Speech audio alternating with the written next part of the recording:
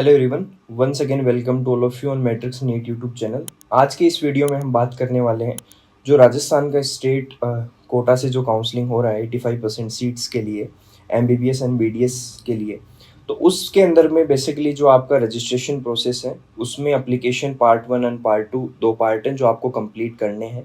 उसको कैसे आप स्टेप बाय स्टेप कंप्लीट कर सकते हैं, ये सारी जानकारी आज इस वीडियो में मिलेगी। तो सबसे पहले आपको rajugneet2025.com पे वेबसाइट पे जाना है। एप्लीकेशन पार्ट 1 पे आपको क्लिक करना है। जैसे आप एप्लीकेशन पार्ट 1 पे क्लिक करेंगे, आपको आई एग्री पे क्लिक करना है। आई एग्री पे क्लिक करने के बाद में आपको प्रोसीड पे जाना है। फिर आपको नीट के आपके जो रोल नंबर है, डेट ऑफ बर्थ, नीट में यूजी में जो मार्क्स आए हैं 2025 में वो, प्लस आपको आपकी कैटेगरी सेलेक्ट करनी है।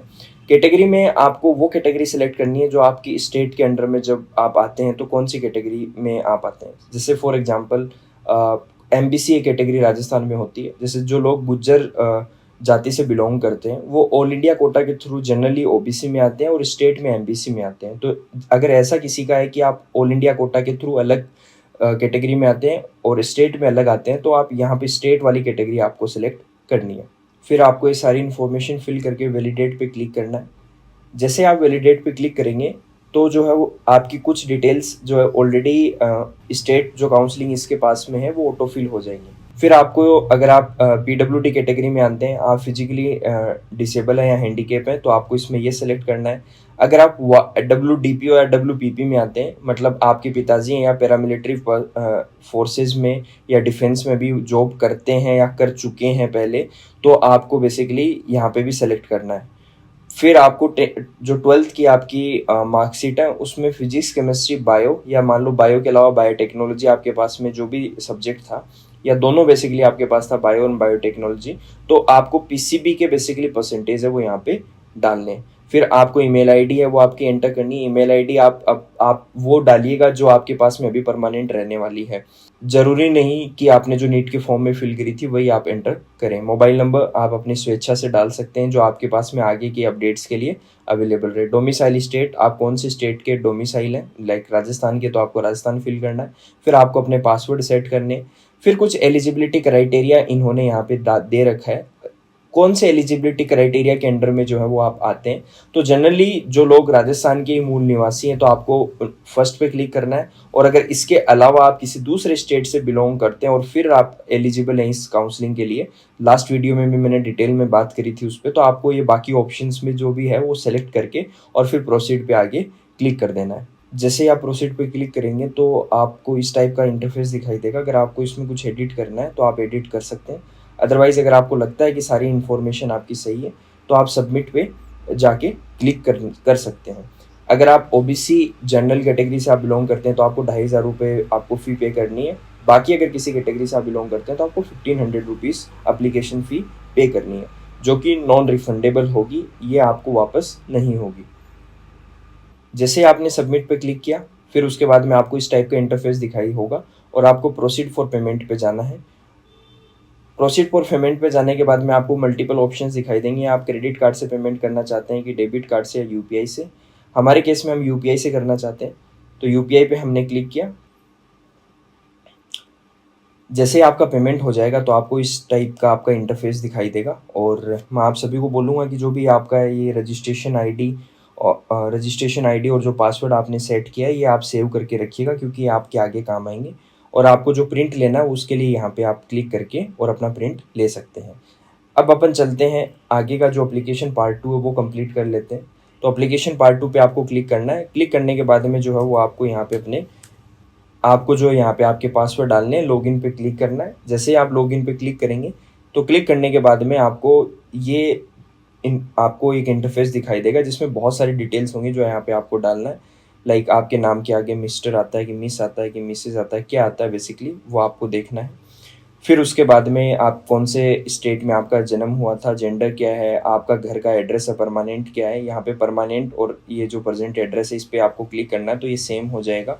फिर आपके जो मोबाइल नंबर हैं, इसके अलावा भी कोई और मोबाइल नंबर है तो आप डाल सकते हैं। आधार नंबर आपको डालना है, नेशनलिटी इंडियन है जो भी है आपकी, वो करके फिर सेव एंड नेक्स्ट पे क्लिक कर देना है। जैसे आप सेव एंड नेक्स्ट पे क्लिक करेंगे तो आपको अगला ये इंटरफेस दिखाई देगा जिसमें आपको 10th क्लास में आपका बोर्ड क्या था, आपने कब पास किया, आपके परसेंटेज कितने थे टोटल। 12th क्लास में आपका बोर्ड क्या था, आपका स्टेटस ऑफ रिजल्ट, डेफिनेटली आपने पास किया तभी आप ये फॉर्म फिल कर रहे हो।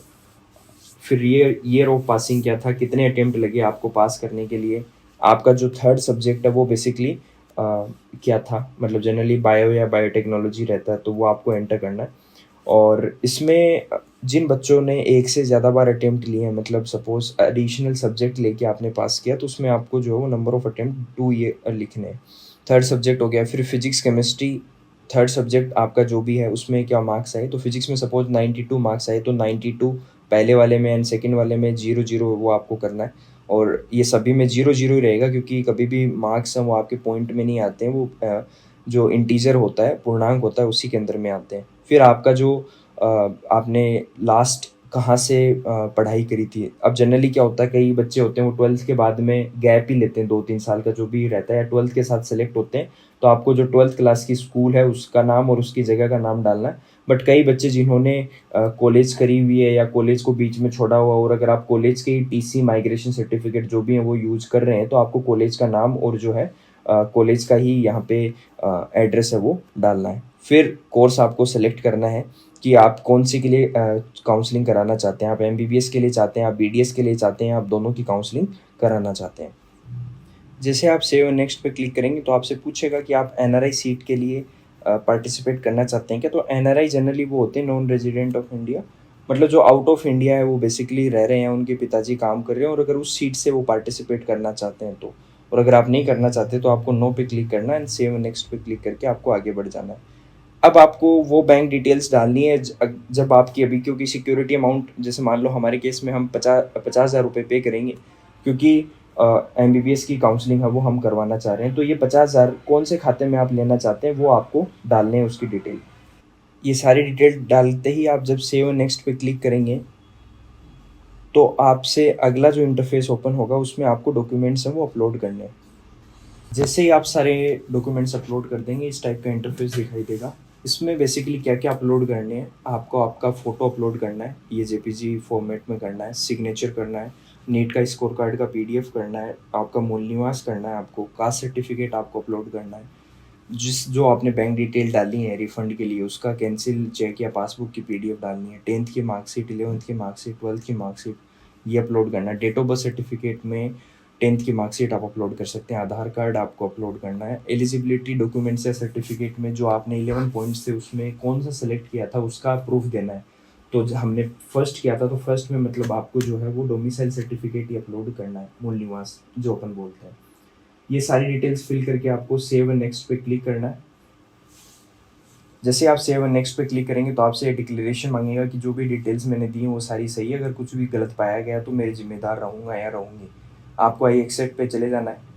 फिर उसका एक पूरा डिटेल प्रीव्यू है वो आपको यहाँ पे भेजेंगे, और अगर उसमें कुछ भी आपको एडिट करना हो तो यहाँ पे आप फाइनल सबमिट करने से पहले एडिट कर सकते हैं।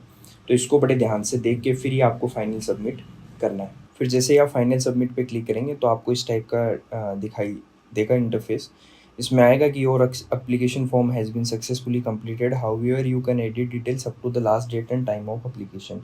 जो लास्ट डेट है इस एप्लीकेशन की एडिट करने की, तब तक आप इसको एडिट कर सकते हैं, और आप जो इसका फाइनल जो प्रिंट होगा वो आप तभी ले पाएंगे जब इसका लास्ट डेट ओवर हो जाएगा एप्लीकेशन फॉर्म फिल करने का। ये थी कुछ इंपॉर्टेंट बातें इस रजिस्ट्रेशन से रिलेटेड। अब इसका जो सिक्योरिटी अमाउंट है वो आपको तब पे करना है जब चॉइस फिलिंग स्टार्ट होगी। सो आई होप आपकी आज की इस वीडियो में आपको ये सारी बातें समझ में आई होंगी। So thanks for watching that.